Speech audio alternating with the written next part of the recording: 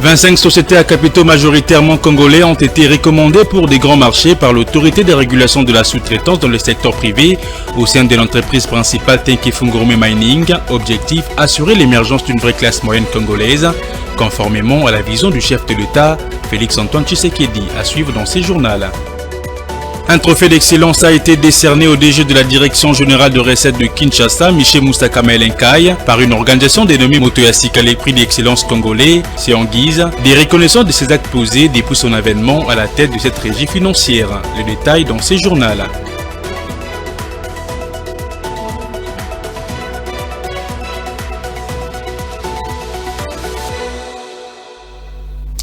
C'est tout pour le titre, mesdames et messieurs. Bienvenue dans cette édition du journal sur Ecofin Télévision. Comme je l'ai annoncé au sommaire, une liste partielle des sociétés sous-traitantes éligibles et retenues pour des gros marchés par l'entreprise principale Tenke Fungurume Mining a été publiée et lue dans la soirée des vendredi 5 avril à la télévision publique sur recommandation de l'ARESP en collaboration avec la FEC et le ministère de Mines. L'objectif poursuivi par le DG Miguel Katem Kachal est d'assurer l'émergence d'une vraie classe moyenne congolaise conformément à la vision du chef de l'État Félix-Antoine Tshisekedi. Écoutez.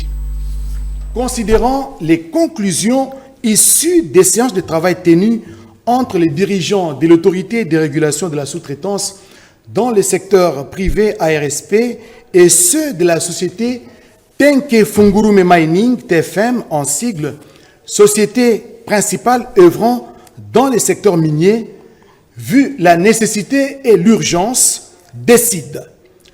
Article 1er. Les entreprises dont les noms sont repris ci-dessous sont recommandées au sein de la société Tenke Fungurume Mining, TFM, en sigle, pour exécuter les marchés des sous-traitances en tenant compte de leur qualification et leur expertise. Il s'agit de société sous-traitante, Elephant Trade SARL. Le contrat porte sur la construction électrique et automatisation, catégorie A. Panaco, le contrat porte sur la fourniture de matériel électrique, catégorie A. La société GHS, excavation et transport interne de minerais, catégorie A. La société BOFA SARL, le contrat porte sur l'excavation et transport interne de minerais, elle est de la catégorie A. La société Almer Engineering, le contrat porte également sur l'excavation et transport interne de minerais, la société est de la catégorie B. MSD SARL, excavation et transport interne de minerais, catégorie A. Best Services Africa, excavation et transport interne de minerais, catégorie A. Madiwe SARL, excavation et transport interne de minerais, catégorie A. Eagle Global, le contrat porte sur la fourniture des réactifs miniers, collecteurs, fraudeurs, flocculants et coagulants. Catégorie B. Congo Chemical Company SARL. Je l'ai également annoncé au sommaire de ces journaux, un trophée d'excellence a été décerné au DG de la Direction Générale de Recettes de Kinshasa, Michel Moussaka Maëlenkai, par une organisation dénommée Motoya Sika, le prix de l'excellence congolais, si en guise des reconnaissances de ses actes posés depuis son avènement à la tête de cette régie financière. La cérémonie de remise de ces trophées a eu lieu le vendredi à Hilton Hotel dans la commune de Lagombe en présence des agents et cadres de la DGRK. Un reportage de Juvette Mbelou, Grace Luyonga et Jerez Lutete. Au cours de cette cérémonie des remises du trophée d'excellence au DG de la Direction Générale des Recettes de Kinshasa, l'ASBEL Motoya Sika a indiqué avoir suivi avec attention le fonctionnement de cette régie financière durant plusieurs années. À en croire cette structure, cette institution financière provinciale de la ville de Kinshasa connaît à ce jour un élan d'épanouissement très remarquable grâce à la politique managériale du comité de gestion conduit par Miché Moussaka Maëlenkai, nommé directeur général à la tête de cette régie il y a à peine 5 mois. La DGRK connaît à ce jour un élan d'épanouissement très remarquable grâce à la politique managériale du comité actuel conduit par Miché Moussaka, le directeur général. Cet effort du vrai changement mérite des encouragements pour l'avancement de la DGRK qui hier était qualifié comme un canard boité et cela a motivé Motoya Sika à organiser cette cérémonie de séjour pour honorer une étoile qui inspire au changement. Très ému par ce geste symbolique, Miché Moussaka a promis d'aller plus loin en vue de booster les niveaux des mobilisations des recettes et d'élargir l'assiette fiscale. 16 ans après, il a fallu attendre qu'une association puisse reconnaître les activités et les actes posés par la haute direction de la Direction générale des recettes de Kinshasa à travers ma modeste personne. C'est ainsi qu'avec le concours de tous les agents et cadres de la Direction générale des recettes de Kinshasa, j'ai pensé appliquer une politique de proximité avec les assujettis. C'est notre cheval de bataille et nous irons encore plus loin pour atteindre tous les contribuables congolais dans la ville de Kinshasa et booster les niveaux des recettes, de mobilisation des recettes, élargir l'assiette fiscale et accroître la bonne volonté des agents dans le cadre du développement du travail. À noter que dans son discours, le patron de la régie financière de la capitale a rendu également hommage au chef de l'État, Félix Tshisekedi, qui a permis cet élan de bonne gouvernance et qui s'est soucié de mettre l'homme qu'il faut à la place qu'il faut. La Grande-Bretagne s'engage à accompagner les réformes de la République démocratique du Congo liées aux finances publiques. C'est l'ambassadrice Alison King qui l'a réitéré au cours d'un tête-à-tête le 4 avril dernier avec le ministre sortant du budget Emeboji Songara. Elle a en outre félicité la RDC pour ses avancées significatives enregistrées en termes d'indicateurs macroéconomiques. Suivez. Ces échanges entre le ministre sortant du budget et l'ambassadrice de la Grande-Bretagne en RDC, Alison King, ont marqué un tournant décisif dans le renforcement des relations diplomatiques de deux pays. Le Royaume-Uni a ostensiblement manifesté sa disponibilité d'accompagner de nombreuses réformes relatives aux finances publiques initiées par les gouvernements congolais sous le leadership du président de la République, Félix-Antoine Tshisekedi Tshilombo. Des efforts élevés dans l'opérationnalisation de la Cour des comptes, dans la numérisation de la gestion de la TVA, la lutte contre la corruption et les blanchiments d'argent, entre autres, toutes ces avancées ont eu des répercussions significatives sur les indicateurs macroéconomiques du pays. D'où l'essence même de l'accompagnement de la Grande-Bretagne à travers notamment des programmes d'appui à l'amélioration de la gestion des finances publiques et à la décentralisation des finances. Ces échanges étaient aussi une occasion pour la diplomate britannique de féliciter la RDC à travers son ministre du budget pour le bon résultat obtenu en termes d'indicateurs macroéconomiques. Dans un autre chapitre, les contributions du gouvernement japonais au programme alimentaire mondial pour le compte de ces programmes d'aide dans l'Est de la République démocratique du Congo totalisent environ 10,4 millions de dollars américains.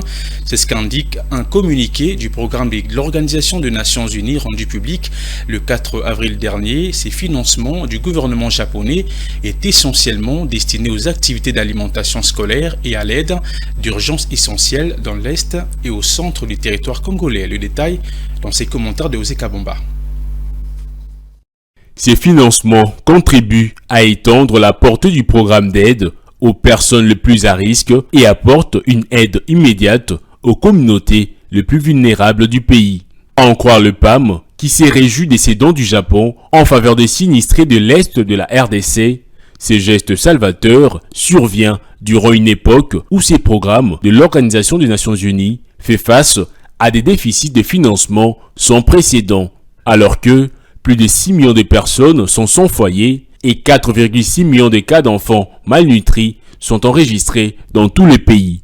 Dans son communiqué, les programmes alimentaires mondiaux renseignent que la première enveloppe, qui s'élève à environ 9,7 millions de dollars américains, est destinée à une aide alimentaire et nutritionnelle d'urgence aux familles déplacées par les conflits, tandis que la deuxième enveloppe s'élevant à 712 481 dollars américains pour les activités d'alimentation scolaire dans les provinces du Kasaï et du Kasaï oriental.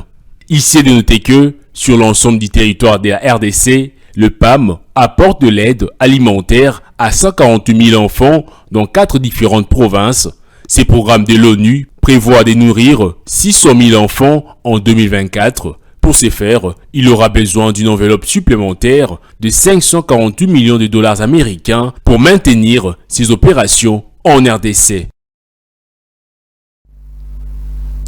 Le réserve international de la Banque encore de la République démocratique du Congo se sont établis au 28 mars 2024 à 5 039,40 milliards de dollars américains contre 4 067,44 milliards en mars 2023, soit une accumulation de plus de 970 millions de dollars américains sur une année. C'est ce qui ressort des données de la Banque centrale du Congo. Suivez. Le taux actuel de réserve internationale de la République démocratique du Congo correspond à 2,7 mois d'importation de biens et services sur ressources propres du gouvernement. Sur le marché d'échange, au 29 mars 2024, le franc congolais s'est déprécié de 1,15% à l'indicatif d'une semaine à l'autre, situant le taux à 2786,54 francs congolais les dollars américains, renseigne la Banque centrale du Congo dans sa note de conjoncture économique. Au parallèle, le taux s'est établi à 2803,44 francs congolais, soit une dépréciation hebdomadaire de 1,28%. Comparé à fin décembre 2023, il s'observe une dépréciation de 4,22% à l'indicatif et 4,17% au parallèle. Sur les 12 derniers mois, le franc congolais fait état d'une dépréciation de 26,9% à l'indicatif et 17,2% au parallèle.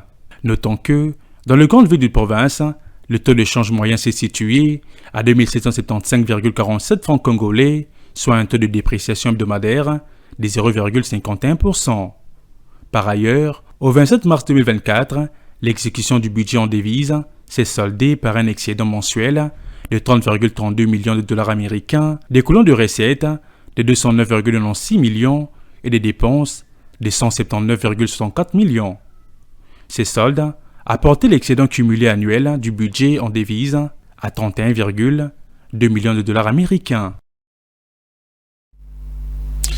Autre chose dans ces journaux, qui s'étend de la date du 6 avril, une journée déclarée chômée payée par l'État congolais en mémoire de Simon Kimbangu et de la conscience africaine, saluant cette reconnaissance de l'État envers ses défenseurs de l'indépendance de pays africains. Le pasteur provincial de l'église kimbanguiste à Kinshasa, Pumbalo Nzambo, est brièvement revenu sur l'historique de cette date. On l'écoute.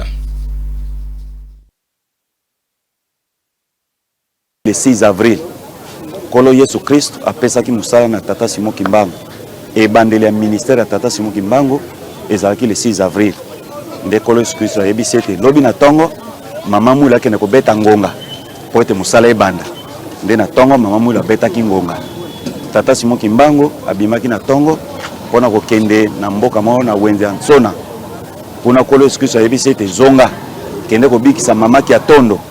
Mama wana belaki maladi ya mutu 17 ans. Akendeki na ba minganga, akena banganga kisi na bambikuti, changement ezalaki te. Tata Simon Kimbangu abikisaki na kombo na Nkolo Yesu Christ, maladi wana esilaki. Wana ezalaki ebandeli ya ministère ya Tata Simon Kimbangu. Yango le 6 avril ezali ebandeli ya lingomba ya Nkolo Yesu Christ na motinda ya Tata Simon Kimbangu. Yango lelo na mokili mobimba chaque année le 6 avril bisika nyonso bandima ya Tata Simon Kimbangu bazalaka basambelaka.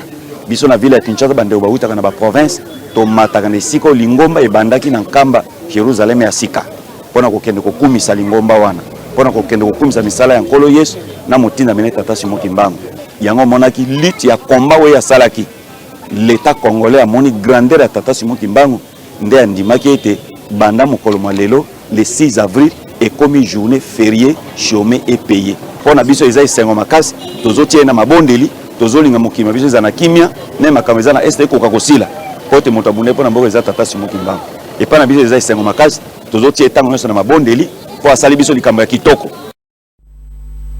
C'est l'un des piliers de la couverture santé universelle, lancé d'abord pour la capitale Kinshasa, début septembre 2023 par le chef de l'État Félix-Antoine Tshisekedi. La gratuité de la maternité et la prise en charge du nouveau-né constituent le premier volet d'exécution de ces programmes d'accès aux soins de santé pour tous. Néanmoins, son application, même avec un budget annuel de près de 42 millions de dollars américains uniquement pour la capitale, suscite déjà quelques controverses.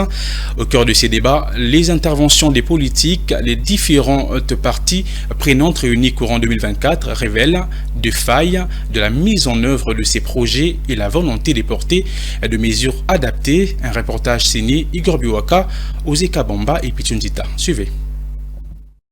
Bien accueilli tant au sein de l'opinion congolaise que dans la corporation médicale, dès son annonce, la gratuité de la maternité est le premier volet du vaste programme de la couverture santé universelle. Prenant une part des 41,7 millions de dollars américains de cette enveloppe, Kinshasa est la ville pilote où la gratuité de la maternité et la prise en charge du nouveau-né ont vu le jour. Alors que certains bénéficiaires saluent l'effectivité de cette gratuité, le 4 février 2024, ces programmes ont enregistré l'une de ses premières victimes, Annie Chidibi, une infirmière du centre hospitalier Akram, succombant de manière tragique dans les installations de l'ex-hôpital général des références de Kinshasa. Ce, à la suite d'une négligence du personnel soignant, selon le ministère de la Santé. Le décès de Madame Chidibi a éveillé davantage la curiosité des uns et des autres à s'interroger sur l'application de ces premiers volets de la couverture santé universelle. Le médecin reproche à ce programme, premièrement, une sorte de l'inefficacité et l'inefficience dans l'ensemble des programmes de gratuité tels que conçus au regard des principes fondamentaux de la session. Le retard de paiement enregistré entre le mois de novembre 2023 et février 2024 reste l'un des motifs de cette inefficacité qui a négativement impacté le rendement du travail du personnel soignant, insiste le secrétaire général du syndicat de cadres et agents des secteurs publics et privés, SYNCAS. Je crois que c'est seulement par patriotisme que les mouvements n'ont pas eu lieu. Sinon, déjà en fin décembre, début janvier, tous les hôpitaux étaient déjà prêts à gréver. Sauf que les raisons évoquées ne peuvent compenser la perte en vies humaines enregistrées. D'où l'urgence pour les docteurs Charles Omambo, docteur en droit et spécialiste de questions sanitaires, de répondre à la question à qui incombe la responsabilité. Bon, la responsabilité peut être civile, pénale, administrative ou professionnelle. La responsabilité administrative est à deux niveaux. D'abord, le prestataire qui aurait reçu la dame et qui l'aurait négligée ou qui l'aurait refusée. Administrativement, elle est fautive, on peut l'interpeller par une action disciplinaire. Mais en même temps, le chef de la structure peut être interpellé puisque c'est lui qui veille sur l'ensemble du fonctionnement de sa structure. Les premières actions disciplinaires prises par le ministre de la Santé, Roger Kamba, relèvent d'une décision purement administrative qui ne peut influencer les conseils urbains de l'ordre de médecins. Les ministres, la loi qui organise l'ordre des médecins lui reconnaît tout simplement le fait de saisir l'ordre. Quelques semaines après la suspension du médecin directeur de la clinique Ngalema et celui du centre hospitalier universitaire de Renaissance, ex-hôpital général des références de Kinshasa, le ministre de la Santé est revenu sur sa décision. Seule la mesure temporaire portant suspension de toute activité au centre hospitalier Akram de la commune de Limete, où la défunte a été internée pour la première fois, reste jusque-là en vigueur. Les revendications des mouvements syndicaux des professionnels de santé et toutes les défaillances observées semblent en effet rencontrer les perspectives du gouvernement central. Le médecin congolais, le SINAMED, a été un des premiers à avoir fait une déclaration pour soutenir la couverture santé universelle. Et d'ailleurs, le SINAMED est toujours avec nous et accompagne la vision du chef de l'État. Selon les données du ministère de la Santé, un mois après les lancements de la couverture santé universelle dans son volet maternité gratuite, plus de 8000 femmes avaient accouché gratuitement dans les hôpitaux publics de Kinshasa. Et lors de 2 réunions du Conseil des ministres, le gouvernement Sama Lukonde a mis en place des stratégies pour étendre ces programmes d'accès aux soins de santé pour tous sur l'ensemble du territoire national.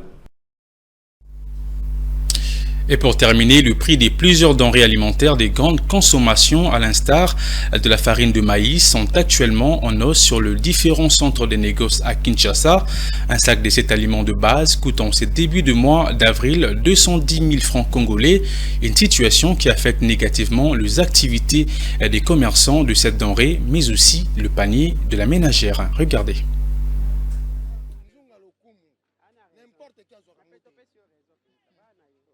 L'accélération des prix des denrées alimentaires des grandes consommations sur le marché atteint des proportions inquiétantes. Les commerçants se disent obligés de revoir à la hausse les prix de leurs articles face à la conjoncture économique actuelle marquée par l'inflation. C'est le cas de la farine de maïs, dont le prix est subitement passé de 150 000 francs congolais, soit 52 $, à 210 000 francs congolais, soit 74 $, en début de ce mois d'avril. Les vendeurs de cet aliment de base de grande consommation rencontrés ici au marché d'Elvo ont déploré cette inflation. Les prix d'un sac de farine de maïs a vraiment flambé. Il y a peu, nous l'achetons à 150 000 francs congolais. Aujourd'hui, il se lève à 210 000 francs congolais. La vente tourne au ralenti. De l'autre côté, la monnaie nationale continue de perdre sa valeur face aux devises étrangères, dont le dollar américain. Face à cette augmentation de prix, les paniers de la ménagère en souffrent énormément. Il devient de ce jour difficile, avec 10 000 francs, soit près de 5 $ américains, de nourrir convenablement une famille de 3 membres.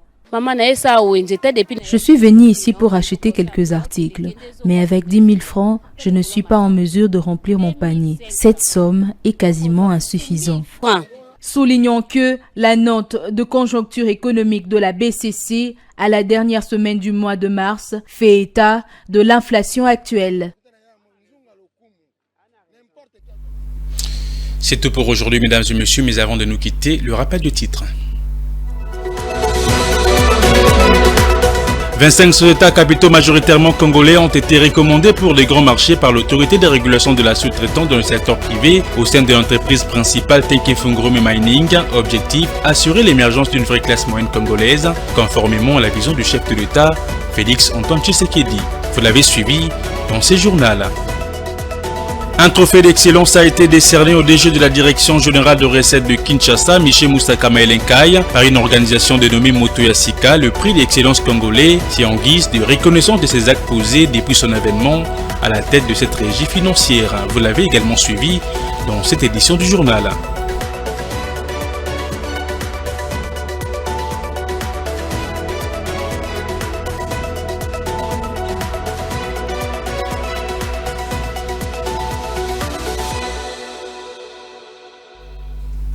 Ce journal est terminé, mesdames et messieurs. Merci de l'avoir suivi et bonne suite des programmes sur Ecofin Télévision. Au revoir.